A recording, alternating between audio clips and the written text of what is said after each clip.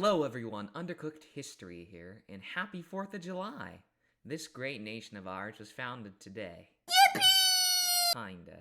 I mean, the Second Continental Congress actually voted to declare independence on July 2nd, and although the document is dated to July 4th, it wasn't signed by most members until August 2nd, and the last person to sign the declaration was Delaware delegate Thomas McKean, who didn't seal the deal until sometime after Congress officially had the Declaration printed and authenticated on January 17th, 1777, where his name was initially not included. What? But you can't do this to me. I'd say shame on you, McKean, but as someone who just finished high school, I'm no stranger to procrastination and submitting late work for partial credit. Oh, no. Anyway. Happy birthday, America. You're one crazy son of a gun of a country. And while I love you, it does kind of feel like you're crumbling from the inside out right now. Now watch this drive. To be fair, you are turning 248, and with that kind of longevity, you were bound to face some health problems at some point, which, let's be honest, you already have. What the hell is this? However, we had to start somewhere. And at one time, we were indeed the hip and cool new country on the block, with a fresh style of government, thanks to our founders who, unlike James Dean in the hit 1955 film, rebelled with a cause. If I can prove that I never touched my balls, So I thought to myself, being the nerd that I am, what better way to celebrate this American anniversary than to talk about 4 fun facts about the first 4 presidents of the United States of America. I'm number 1. George Washington is the only president in American history to be elected unanimously, not only once, but twice.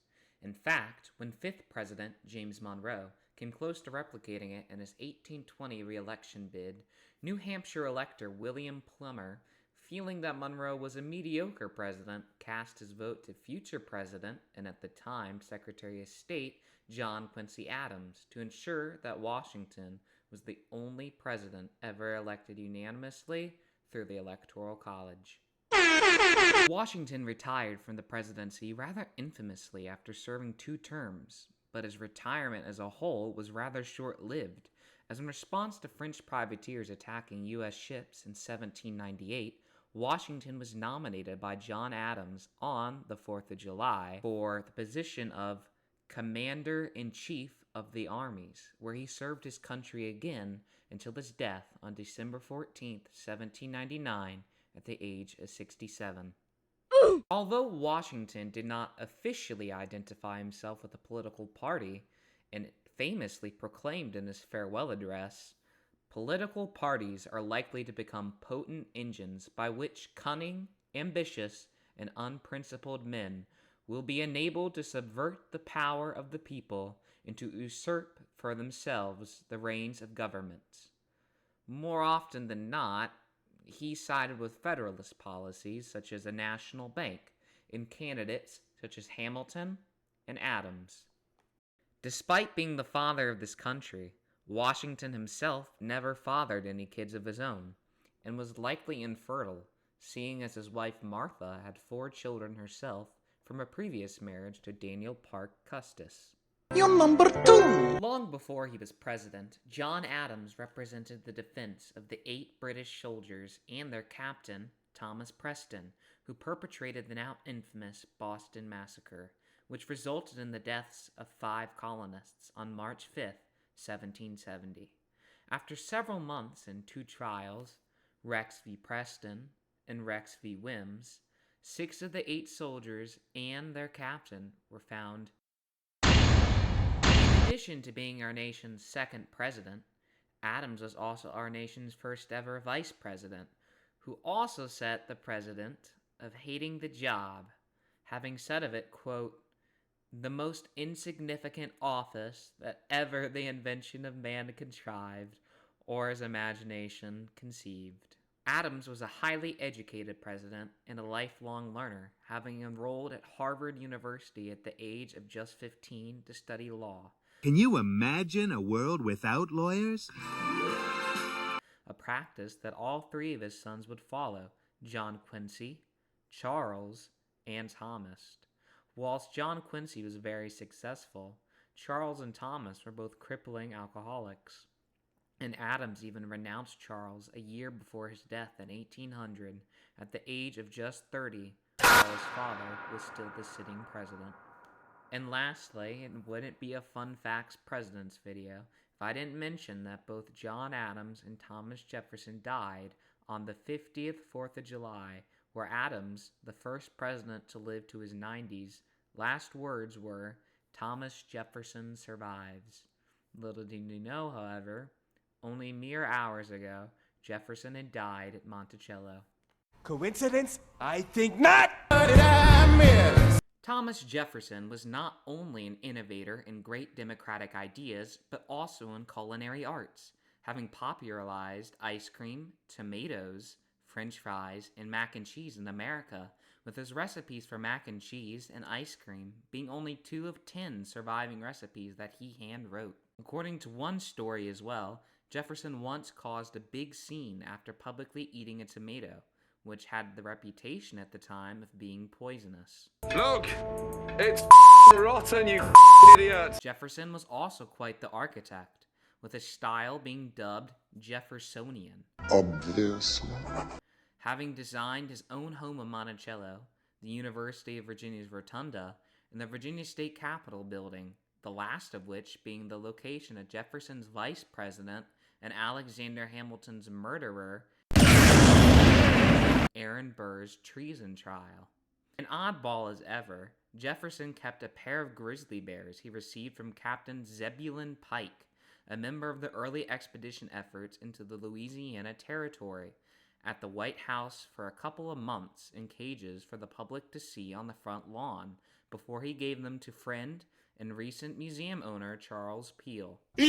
This founding father was hyper-fixating on nerdy stuff like astronomy and literature well before it was well known, most likely having autism or Asperger's syndrome, as Jefferson was notably terribly shy, unable to orate speeches as eloquently as he could pen them. He had such a hard time maintaining eye contact that Alexander Hamilton once referred to Jefferson as shifty-eyed, and he was reportedly highly sensitive to loud noises and struggled to relate to others. Not just like the rest of you. I'm stronger. I'm smarter. I'm better. Why he even brings the thunder?